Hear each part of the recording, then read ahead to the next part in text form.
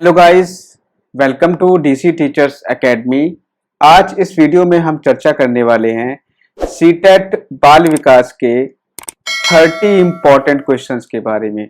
बहुत ही ज़्यादा important question है और ये सारे क्वेश्चन आपकी प्रीवियस ईयर एग्जाम में आए हुए हैं और मैं आपको बताते हुए भी आया हूँ। अगर आप 2011 से लेकर के 2019 तक के सारे पेपर को सॉल्व कर लेते हो तो नो डाउट आपके अच्छे मार्क्स आएंगे। इसमें सीटेट में आपके अच्छे मार्क्स आएंगे। ठीक है, तो आपको करना क्या है, बस आपको इस वीडियो में ये देखना है कि मैं किस तरीके से क्वेश्चंस को सॉल्व कर रहा हूँ, मेरी क्या अप्रोच है क्वेश्चंस को सॉल्व करने की, और मैं किस तरीके से अपने ऑप्शन को एलिमिनेट कर रहा हूँ। इन सभी चीजों को ध्यान में रख करके आपको ये वीडियो देखना है। तो चलिए, पहला क्वेश्चन ये है, लेव वाइगोत्स्की के सामाजिक संरचना सिद्धांत में दृढ़ विश्वास रखने वाले शिक्षक के नाते आप अपने बच्चों के आकलन के लिए निम्नलिखित में से किस विधि को वरीयता देंगे। तो बात की जा रही है वाइगोत्स्की के सामाजिक संरचना सिद्धांत के बारे में। अगर आप अपनी कक्षा में वाइगोत्स्की का सामाजिक संरचना सिद्धांत फॉलो कर रहे हैं तो निम्न में से आप किसको वरीयता देंगे। तो देखो, पहला ऑप्शन यहाँ पर दिख रहा है सहयोगी प्रोजेक्ट, दूसरा है मानकीकृत परीक्षण, तीसरा है तथ्यों पर आधारित प्रत्यास्मरण के प्रश्न और चौथा है वस्तुपरक बहुविकल्पी प्रकार के प्रश्न। तो यहाँ पर देखिए, एक चीज देखिए, जो वाइगोत्स्की का सामाजिक संरचना सिद्धांत है, उन्होंने क्या बताया है कि उन्होंने दो चीजों के बारे में बताया है। इन्होंने कहा है कि बच्चे जो सीखते हैं ना, वो पारस्परिक शिक्षण के द्वारा सीखते हैं। पारस्परिक शिक्षण, पारस्परिक शिक्षण क्या होता है?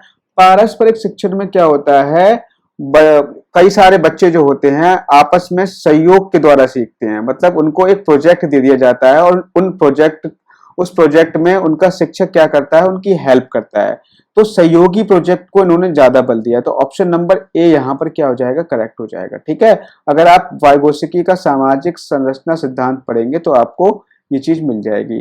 और दूसरी बात है, अगर आपको वाइगोत्स्की का सामाजिक संरचना सिद्धांत डिटेल में पढ़ना है तो मेरे डीसी टीचर्स एकेडमी चैनल पर जाइए, प्लेलिस्ट बनी होगी बाल विकास फॉर सीटेट एंड यूपीटेट, उसमें आपका वाइगोत्स्की का मैंने सिद्धांत ऑलरेडी अपलोड करके डाल दिया है, आप जाकर के उसे देख सकते हो अगर आपको डिटेल में पढ़ना है। तो चलिए आगे बढ़ते हैं। अगला क्वेश्चन है, निम्नलिखित में से कौन सी विशेषता प्रतिभावान शिक्षार्थी की है? पहला, बात की जा रही है किसकी? प्रतिभावान शिक्षार्थी की बात की जा रही है। ठीक है, तो ध्यान में रखना है प्रतिभावान को। वह आक्रामक और कुंठित हो जाता है। तो कुंठित क्या हो गया, एक निगेटिव वर्ड हो गया, तो ये इसको हटा दो। यदि कक्षा की गतिविधियां अधिक चुनौतीपूर्ण नहीं होती हैं तो वह कम प्रेरित अनुभव करता है और ऊब जाता है। फिर देखो, अगला ऑप्शन क्या है, वह बहुत ही तुनक मिजाज होता है। तुनक मिजाज भी एक निगेटिव है, ये भी इसको हटा दो। वह रस्मी व्यवहार करता है, जैसे हाथ थपथपाना, डोलना आदि, ये भी एक निगेटिव वर्ड हो गया। तो आपका ऑप्शन नंबर बी ही बचा है, यही आपका करेक्ट होगा। क्यों?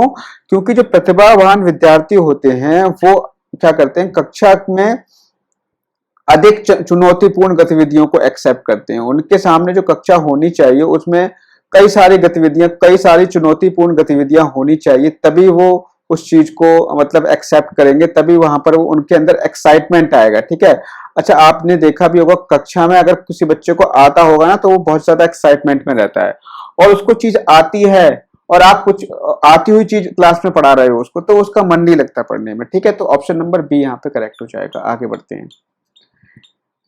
विद्यार्थियों में संप्रत्यात्मक विकास को प्रोत्साहन देने के लिए निम्नलिखित में से कौन सी विधि सबसे प्रभावी है? तो संप्रत्यात्मक विकास को प्रोत्साहन देने की बात की जा रही है यहाँ पर।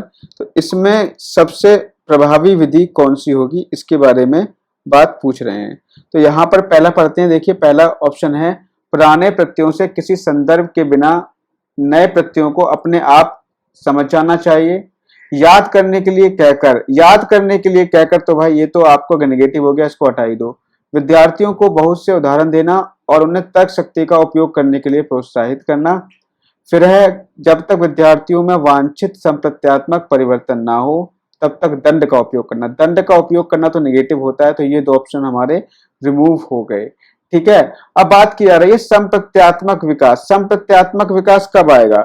संप्रत्यात्मक विकास जब आता है जब बच्चे अपनी तर्क शक्ति का अधिक प्रयोग करते हैं। ठीक है, किसका प्रयोग करते हैं? अपनी तर्क शक्ति का अधिक प्रयोग करते हैं। तो यहाँ पर जो है और संप्रत्यात्मक विकास का मतलब ही होता है देखना, अवबोध करना, समझना, जानना।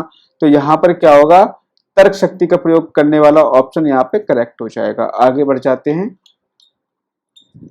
विकास का सिर पदाभिमुख दिशा सिद्धांत व्याख्या करता है कि विकास इस प्रकार आगे बढ़ता है। बात की जा रही है सिर पदाभिमुख, मतलब सिर से पैरों की ओर। तो सामान्य सी बात होगी, सिर से पैरों की ओर, इसका ही आंसर हो जाएगा। ठीक है, आगे बढ़ जाते हैं, अगला क्वेश्चन देखते हैं। नेक्स्ट क्वेश्चन है, भाषा विकास के लिए, एक मिनट, भाषा विकास के लिए सबसे संवेदनशील समय निम्नलिखित में से कौन सा है? जन्म पूर्व का समय, मध्य बचपन का समय, वयस्कावस्था का समय या प्रारंभिक बचपन का समय? तो यहाँ पर जो राइट ऑप्शन होगा सर वो ऑप्शन नंबर डी होगा। क्यों होगा? क्योंकि जो प्रारंभिक बचपन का समय होता है ना, वो बच्चे के लिए भाषा का सबसे मतलब संवेदनशील समय होता है। क्यों? क्योंकि उस समय जो बच्चे की ज्ञानेंद्रियां होती हैं, ज्ञानेंद्रियां बहुत तेजी से एक्टिवेट हो जाती हैं। ठीक है, बहुत तेजी से एक्टिवेट होती हैं, मतलब वो उनकी जो ज्ञानेंद्रियां हैं उनका वो अच्छी तरीके से उपयोग कर सकता है। ठीक है, तो उनमें समझने की क्षमता और किसी चीज को सीखने की क्षमता चरमोत्कर्ष पे होती है। कब? प्रारंभिक बचपन का समय होता है। तो बच्चे को आप इस बचपन में जो जैसा सिखाओगे ना वो वैसा सीख जाएगा।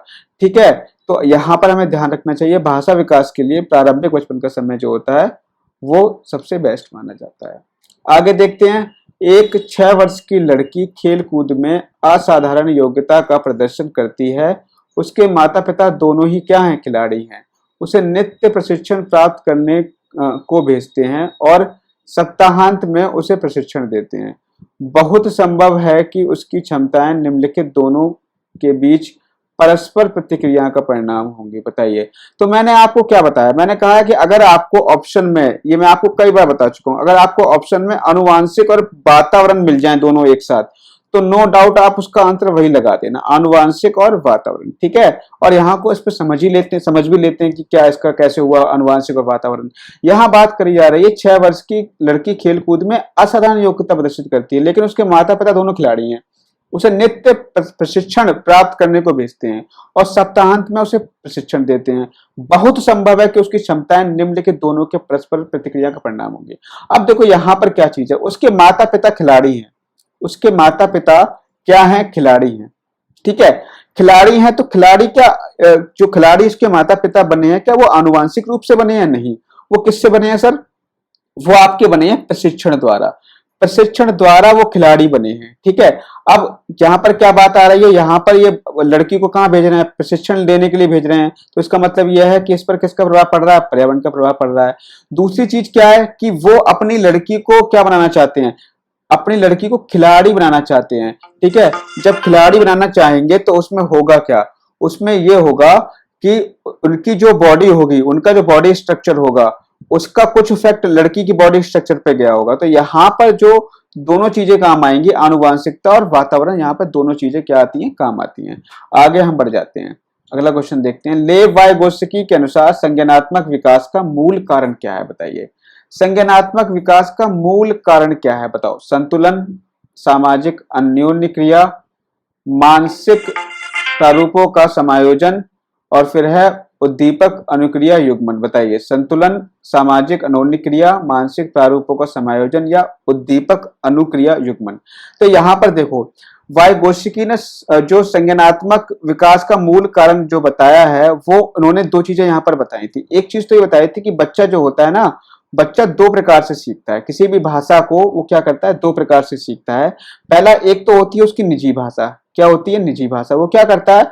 खुद से बातचीत करता है। ठीक है, खुद से बातचीत करता है। पहली चीज तो ये, खुद से बातचीत करता रहेगा तो उससे क्या होगा? उसका संज्ञानात्मक विकास ज्यादा होता है। ये ऑब्जर्व किया गया है कि ऐसे बच्चे जो खुद से बातचीत करते हैं और ऐसे बच्चे जो खुद से बातचीत नहीं करते हैं, तो इन दोनों में अगर हम कंपैरिजन करें तो ये देखा जाएगा तो कि जो बच्चे खुद से बातचीत करते हैं उनका संज्ञानात्मक विकास जो होता है वो तेजी से होता है। दूसरी चीज क्या होता है? बच्चे का जो विकास होता है, संज्ञानात्मक विकास होता है, वो समाज के द्वारा होता है। समाज के द्वारा मतलब जब वो समाज के लोगों से बातचीत करता है, समाज के लोगों से इंटरेक्शन करता है।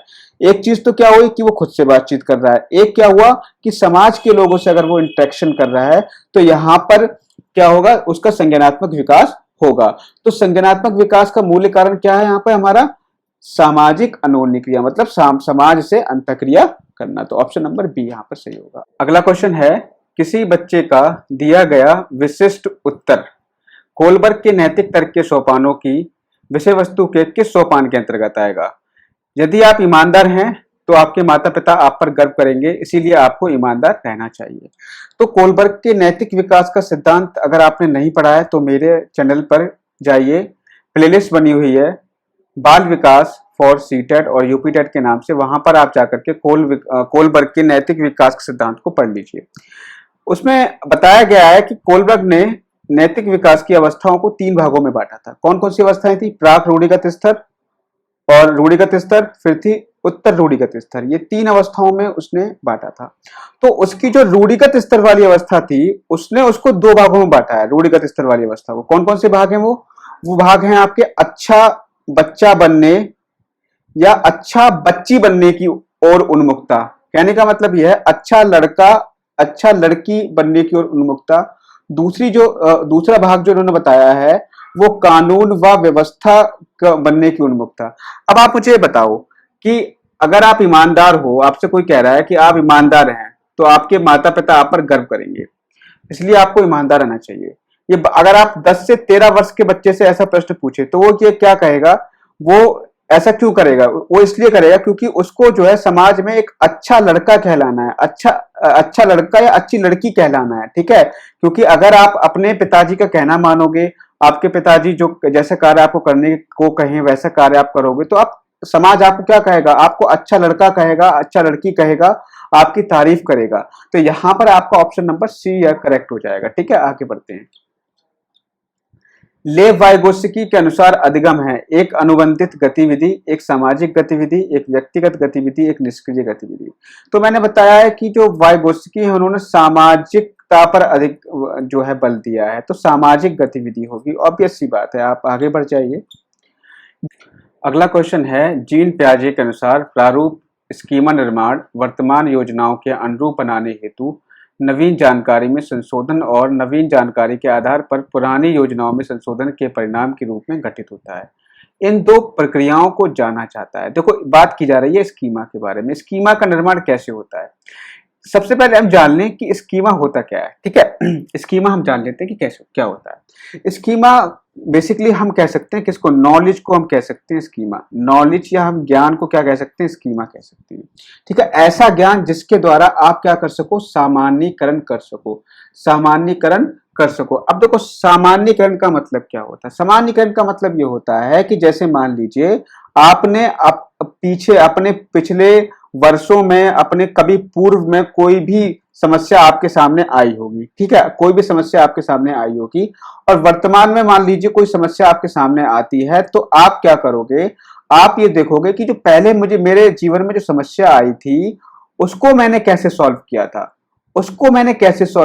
उस समय मैंने क्या व्यवहार किया था, मेरा क्या तरीका था, उसी तरीके को आप यहाँ पे अप्लाई करने की कोशिश करोगे। तो यहाँ पर जब अप्लाई करने की कोशिश करते हो तो हम इस प्रक्रिया को कहते हैं सामान्यीकरण। इतनी बात समझ में आ गई, ठीक है। तो स्कीमा क्या होता है? एक तरीके से ज्ञान होता है जिसके द्वारा हम सामान्यीकरण की प्रक्रिया को करते हैं। अब यहाँ पर देखो, यहाँ पर 2 चीजें हैं। यहाँ पर जो अनुकूलन जो चीज होती है, अनुकूलन, यहाँ पे देखो इन्होंने बताया भी है कि पियाजे के अनुसार स्कीमा निर्माण वर्तमान योजनाओं के अनुरूप बनाने हेतु नवीन जानकारी में संशोधन और नवीन जानकारी के आधार पर पुरानी योजनाओं में संशोधन के परिणाम के रूप में घटित होता है। तो इन्होंने देखो एक चीज बताई थी, बहुत इंपॉर्टेंट चीज है, उसके बारे में समझो तभी आपको समझ में आएगा। इन्होंने एक चीज बताई थी, अनुकूलन के बारे में इन्होंने बताया था कि अनुकूलन क्या होता है। देखो, इन्होंने बताया था अनुकूलन बताया था इन्होंने, ठीक है। अब इन्होंने अनुकूलन को बताने के लिए इन्होंने 2 भागों में इसको बांटा। एक इन्होंने बांटा इसको किसमें? एक इन्होंने बांटा था इसको समावेशन में, एक बांटा था समावेशन में और दूसरा बांटा था समायोजन में, ठीक है। इन्होंने अनुकूलन को 2 भागों में बांटा, किसमें? समावेशन में और समायोजन में। अनुकूलन होता क्या है? बात करें कि अनुकूलन क्या है। अनुकूलन क्या है कि बालकों में वातावरण के साथ जो एडजस्टमेंट करने की एक जन्मजात प्रवृत्ति होती है। मतलब यह है कि जैसे मान लीजिए अनुकूलन क्या है, जैसे मान लीजिए कि आप कश्मीर में गए, कश्मीर में वहां पे ठंड पड़ती है और वहां पे आप 10 दिन रहे, 10 दिन के बाद आपकी बॉडी वहां के टेम्परेचर को एडजस्ट कर लेगी। तो मतलब क्या हुआ, आप वातावरण के अनुसार अपने आप को ढाल रहे हो, तो उसको हम अनुकूलन कहते हैं। इसके दो भाग होते हैं, समावेशन और दूसरा होता है समायोजन।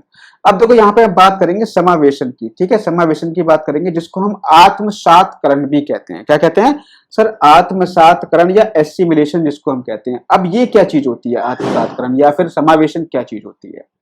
तो यहां पर देखो, बालक समस्या के लिए या वास्तविकता से समंजन के लिए पूर्व में सीखी गई योजनाओं या मानसिक प्रक्रियाओं का सहारा लेता है, तो हम क्या कहते हैं? उसको आत्मसातकरण कहते हैं। मतलब क्या है कि जब बालक के सामने कोई समस्या आती है तो अपनी समस्या के समाधान के लिए उसने पूर्व में जो भी चीज सीखी है उसका सहारा लेकर के अगर उस समस्या को सॉल्व कर रहा है तो वो स्थिति कहलाती है सर आत्मसातकरण स्थिति कहलाती है। इसको हम सामान्यीकरण भी कह सकते हैं। ठीक है, अब आत्मसातकरण का एक एग्जाम्पल लेकर के देख लेते हैं हम। ठीक है, जैसे मान लीजिए एक बच्चा होता है, एक बच्चे के सामने अगर बिल्ली आई, मान लीजिए उसने बिल्ली कभी नहीं देखी, केवल उसने कुत्ता देखा है, ये मान लीजिए कि उसने कुत्ता देखा है। ठीक है, फॉर एग्जाम्पल अगर उसके सामने बिल्ली आती है या फिर उसके सामने मान लीजिए गाय आती है, तो गाय को देख करके वो क्या बोलता है? गाय को देख करके वो कुत्ता बोलता है। क्यों बोलता है सर कुत्ता? ऐसा क्यों करता है? वो ऐसा इसलिए करता है क्योंकि सर उसने पिछला जो उसका अनुभव है, उसने पीछे क्या सीखा था? उसने ये सीखा था कि सर चार पैर वाले जो जानवर होते हैं वो क्या होते हैं, उनको उसने कुत्ता मतलब किसी ने उसको बता दिया होगा कि ये कुत्ता है, तो उसने क्या देखा कुत्ते में कि चार पैर उसके हैं, तो चार पैर वाले जानवर क्या हो गए? वो कुत्ते हो गए। इसके अलावा देखो, अगर यहीं पर बिल्ली या गाय उसके सामने आ जाती है तो वो भी देखता है कि गाय के चार पैर हैं, तो चार पैर वाले जानवर को वो क्या कह देता है? कुत्ता कह देता है। तो इसको हम कहते हैं, क्या कहते हैं? समावेशन कहते हैं या आत्मसातकरण कहते हैं। दूसरी स्थिति आती है सर समायोजन। तो समायोजन क्या होता है? जैसे मान लीजिए कि एक बच्चा है, ठीक है, अब उसको कभी कभी क्या होता है, समावेशन करने में समस्या आती है, मतलब वो आत्मसातकरण नहीं कर पाता है। जैसे मान लीजिए कि उसने ये ऑब्जर्व कर लिया कि ठीक है, इसके उसने गाय देखी, मान लीजिए उसने गाय देखी और गाय देख करके उसने ये ऑब्जर्व कर लिया कि गाय की जो टांगे होती हैं वो तो बड़ी हैं। ठीक है, गाय बड़ी है किससे? कुत्ते से बड़ी है, तो उसने ये भी ऑब्जर्व कर लिया। अब क्या आता है? अब यहाँ पे समस्या आ जाती है कि वो आत्मसातकरण नहीं कर पाता। जब आत्मसातकरण नहीं कर पाता है तो वो क्या करता है? वो क्या करता है? अपने व्यवहार में परिवर्तन लाता है, अपने कंसेप्ट में जो संप्रत्यय उसके दिमाग में घुसा हुआ है उसमें क्या लेके आएगा? परिवर्तन लेके आएगा सर, अपने कंसेप्ट में परिवर्तन लेके आएगा। वो ये कहेगा सर नहीं, ये कुत्ता तो नहीं हो सकता। क्यों नहीं हो सकता? क्योंकि ये क्या है? कुत्ते से बड़ा है और इसकी टांगे भी क्या है? बड़ी हैं। ठीक है, गाय के बारे में हम बात कर रहे हैं। अगर वो ऐसा सोच रहा है तो वो क्या करता है? अपने अंदर एक नया कंसेप्ट डेवलप करता है, अपना अंदर एक नया कंसेप्ट डेवलप करके वो वातावरण के साथ में समायोजित हो जाता है। तो इस स्थिति को हम क्या कह देते हैं? इस स्थिति को सर हम समायोजन कह देते हैं। ठीक है, क्या कह देते हैं सर? समायोजन कह देते हैं। तो इसका जो आंसर राइट आंसर होगा, इसका ऑप्शन नंबर डी जो होगा, इसका बिल्कुल राइट आंसर होगा। ठीक है, ऑप्शन नंबर डी यहाँ पर क्या हो जाएगा? इसका राइट आंसर हो जाएगा। चलिए आगे बढ़ जाते हैं, ऑप्शन नंबर डी को सही कर देते हैं, आगे बढ़ते हैं। कोई 5 साल की लड़की एक टी शर्ट को तय करते हुए अपने आप से बात करती है, लड़की द्वारा प्रदर्शित व्यवहार के संदर्भ में निम्नलिखित में से कौन सा कथन सही है? तो ये बात कर रहे हैं सर वाइगोत्स्की के सामाजिक विकास के सिद्धांत के बारे में बात कर रहे हैं। और मैं आपको ऊपर बता भी चुका हूं कि वाइगोत्स्की ने क्या कहा है कि बच्चे दो प्रकार से अंतःक्रिया करते हैं। एक तो होती है उनकी निजी भाषा, निजी भाषा मतलब जिसको हम कहते हैं आत्म बातचीत, मतलब वो खुद से बातचीत कर रहे हैं। दूसरी होती है सामाजिक अंतःक्रिया, जिसमें बच्चे क्या करते हैं? समाज से अंतःक्रिया करके सीखते हैं। एक तो खुद से बात करते हैं, दूसरा समाज से अंतःक्रिया करके सीखते हैं। तो यहाँ पे अगर एक बच्ची टी शर्ट को तह कर रही है, मतलब उसकी तह बना रही है, तो वो क्या कर रही है? अपने आप से बात कर रही है। तो यहाँ पर वो किस प्रकार के व्यवहार को प्रदर्शित कर रही है? तो यहाँ पर देखो, जीन पियाजे लेवाइगास्की की व्याख्या, लेवाइगास्की इसकी व्याख्या बच्चों के विचारों की अहम केंद्रित प्रकृति के रूप में करेंगे। नहीं, अहम केंद्रित प्रकृति के रूप में हम नहीं करेंगे। अहम केंद्रित प्रकृति क्या होती है? बताओ, अहम केंद्रित प्रकृति क्या है? अहम केंद्रित प्रकृति में क्या होता है कि बच्चा ये सोचता है कि जो भी मैं कर रहा हूं वो बिल्कुल सही कर रहा हूं। ठीक है, वो ये सोचता है कि जो भी मैं कर रहा हूं, मेरे द्वारा जो भी काम किया जा रहा है वो बिल्कुल कैसा है? वो बिल्कुल करेक्ट है। तो इसको हम क्या कहते हैं? उसको हम अहम केंद्रिता कहते हैं। तो ये तो हमारी होगी नहीं यहाँ पर। जीन पियाजे ने इसे अहम केंद्रित भाषा कहा है और लेव वाइगोत्स्की इसकी व्याख्या बच्चों के निजी भाषा द्वारा करते हैं। तो यहाँ पे निजी भाषा का आ गया तो ऑप्शन नंबर बी यहाँ पे करेक्ट होगा। अभी मैंने आपको बताया, आगे बढ़ जाते हैं। चलिए, अपनी कक्षा की वैयक्तिक भिन्नताओं से निपटने के लिए शिक्षक को चाहिए कि शिक्षण और आकलन के समान और मानक तरीके हों। बच्चों को उनके अंकों के आधार पर अलग अलग उनको नामित करे। बच्चों से बातचीत करे और उनके दृष्टिकोण को महत्व दे। बच्चों के लिए कठोर नियम, तो कठोर नियम हटा दो, ठीक है। इसके अलावा उनके उनके अंकों के आधार पर अलग अलग करना, ये भी निगेटिव हो गया, हटा दो। अब देखो, शिक्षण और आकलन के मानक और मानक तरीके, समान मानक तरीके हों, तो शिक्षण और आकलन के समान और मानक तरीके तो हो ही नहीं सकते, ठीक है, क्योंकि तरीके हमें क्या करने पड़ते हैं, अलग अलग अप्लाई करने पड़ते हैं अपनी कक्षा में, तो ये भी नहीं हो सकता। तो ऑप्शन नंबर यहाँ पर सी सही होगा। बच्चों से बातचीत करें और उनके दृष्टिकोण को महत्व दें। आगे बढ़ जाते हैं। निम्नलिखित में से कौन सा उदाहरण प्रभावशाली विद्यालय की प्रथा का है, बताइए। निरंतर तुलनात्मक मूल्यांकन तो करना ही नहीं, गलत हो गया। शारीरिक दंड भी गलत हो जाएगा। व्यक्ति सापेक्ष अधिगम, और यह है प्रतियोगात्मक कक्षा। तो यह है प्रभावशाली विद्यालय की क्या प्रथा है, तो यह है व्यक्ति सापेक्ष अधिगम। ये क्या होता है, व्यक्ति सापेक्ष अधिगम का मतलब ये होता है कि सर अगर हम बच्चों की रुचि के अनुसार, बच्चों की क्षमता के अनुसार, बच्चे में कितनी योग्यता है, बच्चा क्या सीखना चाहता है, उसके प्रत्येक मतलब कक्षा में प्रत्येक बच्चे के अनुसार अगर हम पढ़ा रहे हैं उसको, उसकी मतलब रुचियों के अनुसार उसको हम जो है पढ़ा रहे हैं, उसका अधिगम जो हो रहा है वो अपने अनुसार कर रहा है, ठीक है, उनकी रुचियों को, उनकी क्षमताओं को ध्यान में रखकर किया जा रहा है, तो वो आपका कहलाता है व्यक्ति सापेक्ष अधिगम, ठीक है, व्यक्ति सापेक्ष अधिगम कहलाता है। चलिए आगे हम बात करते हैं, अगला क्वेश्चन देखते हैं। अगला क्वेश्चन है, किसी प्रगतिशील कक्षा की व्यवस्था में शिक्षक एक ऐसे वातावरण को उपलब्ध कराकर अधिगम को सुगम बनाता है जो खोज को प्रोत्साहन देते हैं, नियामक हैं, समावेशन को हतोत्साहित करते हैं। तो मैं तो ये कई बार आपको बता चुका हूं कि सर हतोत्साहित जहां पर आ जाए वो ऑप्शन तो आपका होगा ही नहीं। आवृत्ति को बढ़ावा देते हैं, आवृत्ति मतलब बार बार करने को बढ़ावा देते हैं, तो ये भी नहीं होगा ऑप्शन, ठीक है। नियामक तो हो ही नहीं सकता। बाकी खोज को प्रोत्साहन देते हैं, सबसे बेस्ट ऑप्शन है, ठीक है। प्रगतिशील शिक्षा जो होती है, प्रगतिशील कक्षा जो होती है, उसमें क्या होता है, बच्चे खुद से मतलब खोज करके ज्यादा सीखते हैं। आगे बढ़ जाते हैं। हॉवर्ड गार्डनर का बहुबुद्धि सिद्धांत सुझाता है कि हर बच्चे को प्रत्येक विषय में 8 विभिन्न तरीकों से पढ़ाया जाना चाहिए ताकि बुद्धियां विकसित हो, या फिर बुद्धि को केवल बुद्धिलब्धि परीक्षा से ही निर्धारित किया जा सकता है। ये तो हो ही नहीं सकता क्योंकि केवल हो गया नेगेटिव वर्ड, ठीक है। अगला है, शिक्षक को चाहिए कि विषय वस्तु को वैकल्पिक विधियों से पढ़ाने के लिए बहुबुद्धियों की एक रूपरेखा की तरह ग्रहण करे, और क्षमता भाग्य है और एक अवधि के भीतर नहीं बदलती। तो ये देखो, भाग्य वाले ये सब क्या होते हैं, नेगेटिव वर्ड होते हैं। तो आपका क्या हो गया, डी ऑप्शन और सी ऑप्शन और बी ऑप्शन तो आपका हट ही गया। तो आप सी ऑप्शन को देखिए और ए ऑप्शन को देखिए। प्रत्येक विषय को हर बच्चे को प्रत्येक विषय 8 विभिन्न तरीकों से पढ़ाया जा सकता है। भाई 8 भिन्न तरीकों से कभी आपने देखा है कि प्रत्येक बच्चे को आपने जो है 8 भिन्न तरीकों से पढ़ाया हो कक्षा में? तो ये ऑप्शन तो है ही नहीं। ऑप्शन नंबर आपका सी सही है। यहाँ पे इस तरीके से आप पहचान सकते हो उसको। बाकी मैं इसका थोड़ा सा डिटेल में आपको बता दे रहा हूँ, इसकी डिटेल क्या है, डिटेलिंग इसकी क्या है। तो डिटेलिंग सर इसकी ये है कि जो बहुबुद्धि सिद्धांत दिया गया था वो सर हार्वर्ड गार्डनर के द्वारा दिया गया था। पहली बात ये आपको पता होनी चाहिए। इसके अलावा मैं आपको कुछ चीजें इससे और बता रहा हूँ हार्वर्ड गार्डनर से संबंधित। तो इन्होंने, इनकी एक पुस्तक थी, इनकी पुस्तक कौन सी थी? Frames of mind. Frames of mind इनकी एक पुस्तक है, फ्रेम्स ऑफ माइंड, ठीक है। और frames of mind the theory of multiple intelligence. इस पुस्तक में इन्होंने क्या किया है, बहुबुद्धि सिद्धांत को बताया है। एक्चुअली में जो गार्डनर थे, गार्डनर ने ये एक तरीके से मान लीजिए न्यूरोलॉजिस्ट थे, इन्होंने न्यूरोलॉजी में ज्यादा रिसर्च किया है, ठीक है। तो न्यूरोलॉजिस्ट किसका कौन होता है? जो दिमाग आपके क्या करता है, दिमाग का अध्ययन करता है, मतलब आपकी बुद्धि का अध्ययन करेगा।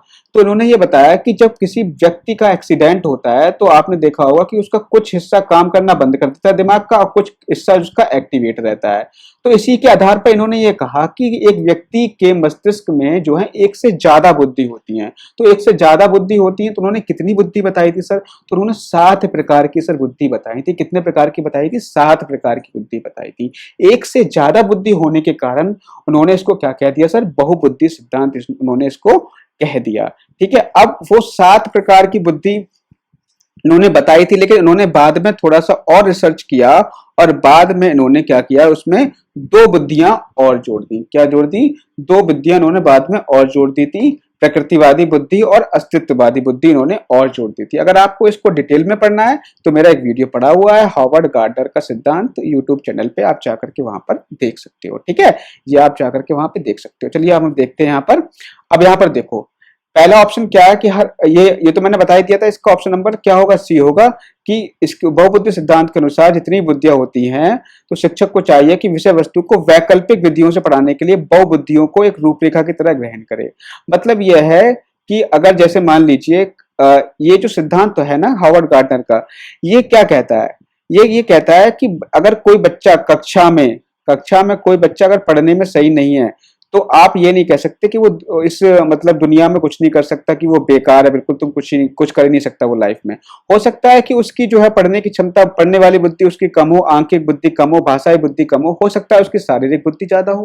भाई ये भी तो हो सकता है कि उसकी शारीरिक बुद्धि ज्यादा हो सकता है कि उसकी संगीतात्मक बुद्धि ज्यादा हो, मतलब उसको संगीत अच्छे से आता हो सकता है वो आगे संगीतकार बने। ठीक है, तो हो सकता है आगे क्रिकेटर बने। तो देखो ये चीजें हैं, तो हमें क्या करना चाहिए, बच्चों को हर एक क्षेत्र में उसका जो सिलेबस होना चाहिए, बच्चों का जो सिलेबस होना चाहिए, पाठ्यक्रम होना चाहिए, वो ऐसा होना चाहिए कि बच्चे को हर एक क्षेत्र में आगे लेकर के जाए, हर एक क्षेत्र में बढ़ावा दे। ठीक है, तो यहाँ पर ऑप्शन नंबर सी करेक्ट होगा। आगे बढ़ते हैं। विशेष आवश्यकता वाले बच्चों को शामिल करना एक काल्पनिक लक्ष्य है, जिनमें अक्षमता ना हो उन बच्चों के लिए हानिकारक है, विद्यालयों पर भार बढ़ा देगा, शिक्षण के प्रति दृष्टिकोण, विषय वस्तु और धारणा परिवर्तन की अपेक्षा रखता है। तो देखो विशेष आवश्यकता वाले बच्चों को शामिल करना, कौन से बच्चों को शामिल करना, विशेष आवश्यकता वाले बच्चों को शामिल करना एक काल्पनिक लक्ष्य है। भाई काल्पनिक लक्ष्य तो कोई चीज होती नहीं, हटा दो इसको। जिसमें अक्षमता ना हो उन बच्चों के लिए हानिकारक है, हानिकारक नेगेटिव वर्ड हटा दो। विद्यालयों पर भार बढ़ा देगा, ये भी हटा दो। तो एक ही ऑप्शन आपका बचा, ऑप्शन नंबर डी यहाँ पर करेक्ट होगा। शिक्षण के प्रति दृष्टिकोण, विषय वस्तु और धारणा परिवर्तन की अपेक्षा रखता है। आगे देखिए, सुनने में असमर्थ बच्चा, सुनने में असमर्थ बच्चा। पहला ऑप्शन क्या है, श्रवण असमर्थता वाले बच्चों के विद्यालय में ही भेजा जाना चाहिए। गलत है भाई। सुनने में असमर्थ बच्चा, अगर मान लो कोई समावेशी बच्चा है, कोई दिव्यांग बच्चा है, तो उन्हें जो है केवल उसी तरह के बच्चों के स्कूल में भेजना चाहिए। ये तो आपका गलत हो गया, नेगेटिव हो गया। केवल अकादमिक शिक्षा से लाभ नहीं उठा पाएगा, ये भी आपका गलत हो गया। नियमित विद्यालय में बहुत अच्छा कर सकता है और यदि उसे उपयुक्त सुविधा और साधन उपलब्ध कराए जाए तो ये आपका पॉजिटिव है। और देखिए, नियमित विद्यालय में अपने सहपाठियों के समान कभी प्रदर्शन नहीं कर पाएगा, ये नेगेटिव है। तो एक ही आपका पॉजिटिव है, ऑप्शन नंबर सी आपका राइट आंसर हो जाएगा। आगे बढ़ जाते हैं। एक बच्चा खिड़की के सामने कौवे को उड़ाता हुआ देखता है और कहता है एक पक्षी। इससे बच्चे के विचार में क्या पता लगता है? बच्चे की स्मृतियां पहले से ही भंडारित होती हैं, बच्चे की स्मृतियां पहले से ही भंडारित होती हैं, या फिर बच्चे में पक्षी का प्रत्यय विकसित हो चुका है, फिर है बच्चे ने अपने अनुभव बताने के लिए भाषा के कुछ उपकरणों का उपयोग करना सीख लिया है। तो देखो यहाँ पर बच्चा अगर किसी कौवे को उड़ते हुए देख करके एक पक्षी कहता है तो इसका मतलब यह है कि उसके अंदर कुछ स्मृतियां पहले से भंडारित थी। मतलब पक्षी वाला जो इसका संप्रत्यय था, पक्षी का जो कंसेप्ट था, उसके बच्चे के मस्तिष्क में पहले से ही था। तो ऑप्शन तो ये मतलब ए स्टेटमेंट करेक्ट हो जाएगा। बच्चे में पक्षी का प्रत्यय विकसित हो चुका है, हाँ बिल्कुल, पक्षी का प्रत्यय जो है उसका विकसित हो चुका है। इसके अलावा देखो, बच्चे ने अनुभव बताने के लिए भाषा के कुछ उपकरणों का प्रयोग करना सीख लिया है। मतलब पक्षी बोल रहा है तो इसका मतलब कोई भाषा बोल रहा है। वो जब कोई भाषा बोल रहा है तो इसका मतलब ये होगा ऑप्शन ए बी सी यहाँ पर क्या हो जाएगा, करेक्ट हो जाएगा। आगे बढ़ जाते हैं।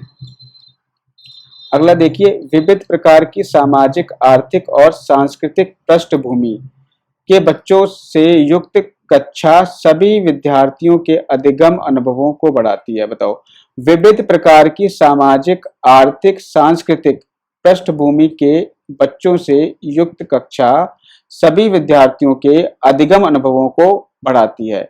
यह कथन गलत है? नहीं, कथन गलत तो हो ही नहीं सकता, क्योंकि देखो सामाजिक, आर्थिक और सांस्कृतिक पृष्ठभूमि जो होती है वो विद्यार्थियों के अधिगम अनुभव पर जरूर प्रभाव डालती है। 100% आपकी सांस्कृतिक, आर्थिक और सामाजिक स्थिति आपके अधिगम अनुभवों को प्रभावित करेगी। ठीक है, तो ये गलत तो हो ही नहीं सकता। ठीक है, तो ये आपका गलत हो जाएगा। सही, क्योंकि बच्चे अपने साथियों से अनेक कौशल सीखते हैं। बिल्कुल, ये आपका सही है। ठीक है, सही, क्योंकि इससे कक्षा श्रेणीबद्ध दिखाई देती है। श्रेणीबद्ध का कोई मतलब ही नहीं बनता, तो ये तो आपका गलत हो जाएगा। गलत, क्योंकि यह अनावश्यक कार्य है, गलत हो जाएगा। तो आपका ऑप्शन नंबर बी ही यहाँ पर बिल्कुल करेक्ट सही है। आगे हम बढ़ जाते हैं। कोई शिक्षिका अपने विद्यार्थियों को क्या कहे कि उन्हें भीतरी प्रेरणा के साथ कार्य करने के लिए प्रोत्साहित कर सके। तो को उन्हें क्या करना, इंटरनल मोटिवेशन देना है। तो क्या कहे, चलो इसे करने से पहले उसे समाप्त कर लो, तो ये तो एक गलत हो गया। तुम उसके जैसे क्यों नहीं कर सकते, ये भी गलत हो गया। काम जल्दी करो तो तुम्हें एक ट्रॉफी मिलेगी, इसे करने की कोशिश करो तुम सीख जाओगे। तो ऑप्शन नंबर यहाँ पे क्या है, डी यहाँ पर बिल्कुल करेक्ट है। ठीक है, आगे बढ़ जाते हैं। कोई शिक्षिका अपने विद्यार्थियों को अध्ययन के लिए अध्ययन करने हेतु आंतरिक रूप से उत्प्रेरित करने के लिए कैसे प्रोत्साहित कर सकती है। तो यहाँ पर भी वही बात आ गई, उनमें चिंता और डर पैदा करके, नहीं ये तो हो नहीं सकता। प्रतियोगात्मक परीक्षण करके भी जो है आंतरिक रूप से मोटिवेशन नहीं कर सकती हैं। व्यक्तिगत लक्ष्य निर्धारित करने में और उनमें निपुणता लाने में उन्हें मदद देकर। तो ऑप्शन नंबर यहाँ पे सी करेक्ट होगा। साफ दिखाई पड़ने वाले इनाम देकर, तो ये इतना सही नहीं है। ठीक है, आगे बढ़ते। देखिए यहाँ पर जो अगला प्रश्न है, किसी प्रारंभिक कक्षा में प्रारंभिक शिक्षक का उद्देश्य विद्यार्थियों को उत्प्रेरित करना होगा। पहला ऑप्शन क्या है, सीखने के लिए, जिससे कि वो जिज्ञासु बने। हाँ ठीक है, और सीखने के लिए ही सीखना पसंद करें। आगे अब देख लेते हैं। रटकर याद करना, ये नेगेटिव हो गया, हटा दो। दंडात्मक, नेगेटिव हो गया, हटा दो। ऐसे काम करने के लिए जिससे परीक्षा के अंत में अच्छे अंक पा सकें, तो अच्छे अंक पाना ही बच्चे का एक मात्र उद्देश्य नहीं होता है, तो ये भी हटा दो। ऑप्शन नंबर ए आपका यहाँ पे करेक्ट हो जाएगा। आगे बढ़ते हैं। आकलन उद्देश्यपूर्ण होता है यदि, आकलन उद्देश्यपूर्ण कब होगा, जब इससे विद्यार्थियों में भय और तनाव का संचार हो। हटा दो, इसे नेगेटिव हो गया। इससे विद्यार्थियों शिक्षकों को फीडबैक प्राप्त हो। हाँ, ये ऑप्शन इसका हो सकता है। आगे देख लेते हैं। यह केवल वर्ष में एक बार हो, ये भी आपका नेगेटिव हो गया। विद्यार्थियों की उपलब्धियों में अंतर करने के लिए तुलनात्मक, जहां पर तुलना की जाए वो नेगेटिव हो जाता है। तो ऑप्शन नंबर यहाँ पर बी करेक्ट हो जाएगा। आगे बढ़ जाते हैं। प्राथमिक विद्यालयों के बच्चे उस वातावरण में सबसे प्रभावी ढंग से सीखेंगे जहां उनकी संवेगात्मक आवश्यकताओं की पूर्ति होती हो और वे अनुभव करते हैं कि वे क्या हैं, महत्वपूर्ण हैं। तो ये ऑप्शन जहां तक अभी सही है। आगे देखते हैं। जहां शिक्षक एकाधिकारवादी और स्पष्ट आदेश देता है कि क्या किया जाना चाहिए। एकाधिकारवादी शिक्षक तो होना नहीं चाहिए, क्योंकि शिक्षा जो है बाल केंद्रित शिक्षा हमारे देश में लागू है। तो ये ऑप्शन गलत हो जाएगा। जहां मूल रूप से पढ़ने लिखने और गणित की संज्ञानात्मक कुशलताओं पर ध्यान का केंद्र होता है, केवल मतलब पढ़ने लिखने गणित की संज्ञानात्मक कुशलताओं पर ध्यान हो, ये भी आपका नेगेटिव हो गया। जहां शिक्षक सारे अधिगमों में आगे होता है और विद्यार्थियों से निष्क्रिय रहने की अपेक्षा करता है, ये भी नेगेटिव हो गया। तो ऑप्शन नंबर ए ऑब्वियस सी बात है, करेक्ट हो जाएगा। आगे बढ़ते हैं। राष्ट्रीय पाठचर्या की रूपरेखा एनसीएफ 2005 के अनुसार शिक्षक की भूमिका क्या है, बताइए। शिक्षक की जो भूमिका है वो एक फैसिलिटेटर के रूप में होती है, सुविधादाता के रूप में होती है। ये चीज आप रट लो, ध्यान कर लो। ठीक है, आगे बढ़ते हैं। निम्नलिखित में कौन से सामाजिकरण के गौड़ वाहक होते हैं। देखो, सामाजिकरण का जो मुख्य वाहक होता है वो आपका परिवार होता है, आपकी फैमिली होती है। ठीक है, लेकिन जो गौड़ वाहक होते हैं वो आपके विद्यालय और पास पड़ोस को माना जाता है। आगे बढ़ जाते हैं। लिंग क्या है, मैंने कल भी आपकी क्लास दी तो आपको बताया था, लिंग जो है एक सामाजिक संरचना है। लिंग जैसा जो कल्पना फैलाई है वो किसने फैलाई है, समाज ने हमारे जीवन में फैलाई है। जो लिंग की संकल्पना आई है वो कहाँ से आई है, समाज से आई है सर। आगे बढ़ते हैं। अनुसंधान सुझाते हैं कि एक विविध कक्षा में अपने विद्यार्थियों से शिक्षिका की अपेक्षाएं विद्यार्थियों के अधिगम पर महत्वपूर्ण प्रभाव छोड़ती हैं का एकमात्र निर्धारक होती हैं।